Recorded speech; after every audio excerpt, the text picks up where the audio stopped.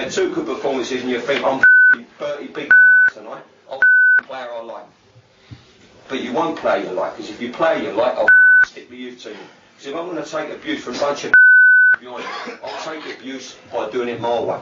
And that is conformity, not non-conformity. So you little I tell you to do something, and you big I tell you to do something, do it. And if you come back at me, we'll have a right sort out here. Alright? And you can pair up if you like, and you can pick someone else to help you, and you can bring your dinner. Because by the time I'm finished with you, you'll eat it. You see me in the morning. How about that? And that, I always think, is extraordinary. That was at half-time. 14 beeps in 40 seconds. I think, actually, that was the half-time he actually sacked a player and left, and John told him to get out. But we'll find out now, because he's one of someone I was obsessed with for a while. I'm glad to say that obsession has now become healthy. John Sitton's with us, ladies and gentlemen. Morning, John. Yeah, morning, chaps. How are we? Yeah, not too bad. John, it's a joy to talk to you. That documentary, I still rate as being about the greatest piece of British television. There's a few things that come near it. Hilary Hook, Home from the Hill, and a couple of other documentaries. Did you regret doing that afterwards, or would you say it was an honest reflection? It was an honest reflection, because what it was a reaction, basically, to no action. Yeah. Obviously it goes without saying, very much regret it, because I've been ostracised from the game ever since, and couldn't get a job for love nor money. But it was sad, because it was you and, was it Chris Taylor? Was it Chris Taylor? Chris Turner. Chris Turner, that's it, your co-manager. Because he did go on to get a little bit of work. And I felt that, all the way through it, I just felt you had such passion for it. And it just wasn't around you, including your chairman, who, I mean, laughably, they actually had as the receptionist on the phones after a while, didn't they? Yeah, I mean, it was, we're about to divulge all in a tell-all book. There was a lot going on behind the scenes, and I was probably taking the reins a little bit, taking the initiative a little bit, whereby I was juggling sort of 6 jobs within the club. Yeah, but did it ever get to the stage at one point you bounced a cheque? I remember, well, the club bounced a cheque to the coach company. So exactly right. So you couldn't take coaches to the game. But did you all actually have to sort out things? So you all had to do a sort of car share to get to games. Did it get to that? I rang a few pals who basically were what you might call private businessmen. And they said to me, seeing as it's you, we'll forward a cheque. That was to get a coach to Stockpool and an overnight stay so we could fulfil the fixture. Because you played for them like 174 times. You actually played. I mean, you really were, an Orient man through and through. I know you had your time at Chelsea, Millwall, and Gillingham there, but you had a great attachment to the club, didn't you? Yeah, I think it's fair to say. The only time I was ever out of the side was probably with a couple of bad injuries, like a ruptured Achilles. I was pretty consistent over 6 years as a player. Then I had 2 years in their academy, Centre of Excellence as it was called at the time. I had 10 months as a youth coach, and I got the shout. I was actually working on my youth team contract. I got the shout to take over the first team because it looked like we were going to go down. And in actual fact, the first year we pulled together and avoided relegation. Yeah. I mean, who would you say, sort of looking back, if you could pick people who you really think, they could have been a bit more staunch, who do you feel has let you down a bit along the way? Because you seem to give 100%.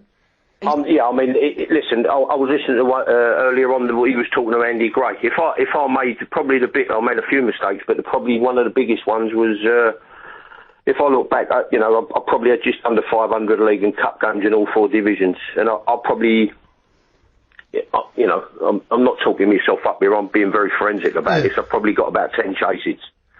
Yeah. So that's not a bad average. You're talking one not very good game in every 40 odd. If I made a mistake, it was judging other players by my own standards, the way I approach training, the way I approach games, and because you did warm up, didn't you, properly? Well, you have to.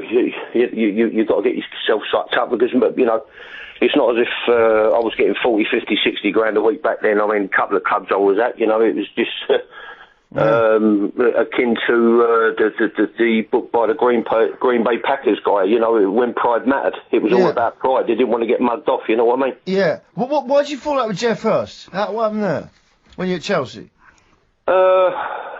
If I'm honest... you always are, John. You always are. I don't think you need to say that. You strike me as an honest man. Go on. Well... Basically, the training regime was, and I'm not the only one to say it. I think Big Roy McDonough said it in his book as well. The training regime was a joke. I mean, I remember him laying on the grass, chewing a blade of grass, calling a reserve team manager over to get because he didn't know how to get the back foot, the condenser play once we played the ball forward. Jeff Hurst didn't? No, he was clueless. Jeff Hurst? Yeah, it was like being in prison. I'll be honest with you, I felt like Cool Hand Luke. You know what I mean? Where you do the same thing every day. And I'm shaking it, boss. You know what I mean? You just get... It was like a 7-mile run round Richmond Park, or it was 800 metres, 2 400 metres, 4 200 metres, 4 box-to-box, 4 sets of doggies, 7 8 aside. There was no... This is what I'm saying, like the thing where you see me ranting and raving, that manifested itself because of the frustrations, you know, with the work you put in during the week, like I wouldn't have thought Jeff Hurst would be like... I can't imagine Jeff just lying back during training with a blade of grass out of his mouth. But I guess if you score 3 goals in a World Cup final, that's it, really. Well, it comes to something when the players have to decide that training isn't serious enough. Yeah, it does, yeah. Yeah, but John's quite driven. Yeah. Did he make you eat a lot of eggs? Like Cool Hand Luke. Well, listen, I'm trying to come to terms with the things this morning. I'm trying to work out how it is a fee-paying public school boys interviewing me about football. You know what I mean? You're swimming with the bottom feeders now. This is true reflection, like the yuppies have taken over football now. Do you know what I mean? I can imagine Johnny years ago with his posh voice. No, you can't. Well, I've had quite a varied life, really. I started off, I know all about you. I'll go back as far as you remember all the shenanigans. Don't worry about that. Well, that's good. Yeah, Johnny, you can bring your dinner. I can bring my dinner, but I've never pretended to be anything I'm not, John. I don't see myself particularly as some kind of bottom feeder. I think. John, didn't you recommend No, hang on a second, John. Okay, I think it's a bit way harsh saying this is the bottom of your career, being talked to by some sort of yuppie. I don't pretend to be anything I'm not. You're not a yuppie. No, but he's just sort of saying he thinks he's reached the sort of... I don't see that's the bottom of any barrel. What, with me? Yeah. Nah, well, that's nice of you to say. No, but I just don't say... No, but you're talking about me and sort of things. What's your problem? Can I... Johnny, let me... No, seriously, get on and bring your dinner. Hey, John... Bring your mate, I'll take a lot of you. John, when you were a scout at Man City... My problem is posh people taking over football. That's my problem. John, when you were... That's another show. That's another show. I know, that's 3 hours where you wouldn't get a word in edgeways. Your interviewing technique's the same as Danny Kelly's. All right, you ask a question and then you give the answer. Yeah, it's quite a good point. It's quite a good point. I think you shouldn't be too much... You come from you're from the Danny Kelly School of Broadcasting. It's Tony, he's one of my heroes. I mean, actually, you can insult sort of public school with football and things, but... Frank Lampard versus public school boy. Once you start to get into that... John spotted him. John spotted him early on. It's also where the game was invented. You know, the earliest form as it is now was like Uppingham football. There's a guy from Eton got together with a guy from Winchester. They met at the Freemasons' Arms and they divide association football. You can be as snobbish as you like, but it was a public school game. We've got more in common than we think then. Because I used to be a Mason, and Masons invented it, and now you've got it all. You've claimed it all back. Now you've got the game back, and you charge people 90 quid for a ticket. Well, I do. I'm not. Not you personally. John, do you know how much he charges us to make us play with him? Well, I'm now Russian. Hey, can I just ask you about when you were a scout? Because you spotted a few good players early on, didn't you? When you were married. Yeah, I'll be honest. Pat Holland, he got me a little job at Manchester City. I was going to games with him, then he broke off, and this was after he got the sack after about 14 months at the Orient Office. He took over from me, and he said we'd go to some games together. Long story sideways, he broke off and started doing a bit of scouting for Arsenal, and I took over Man City, and it was Jimmy Frizzell.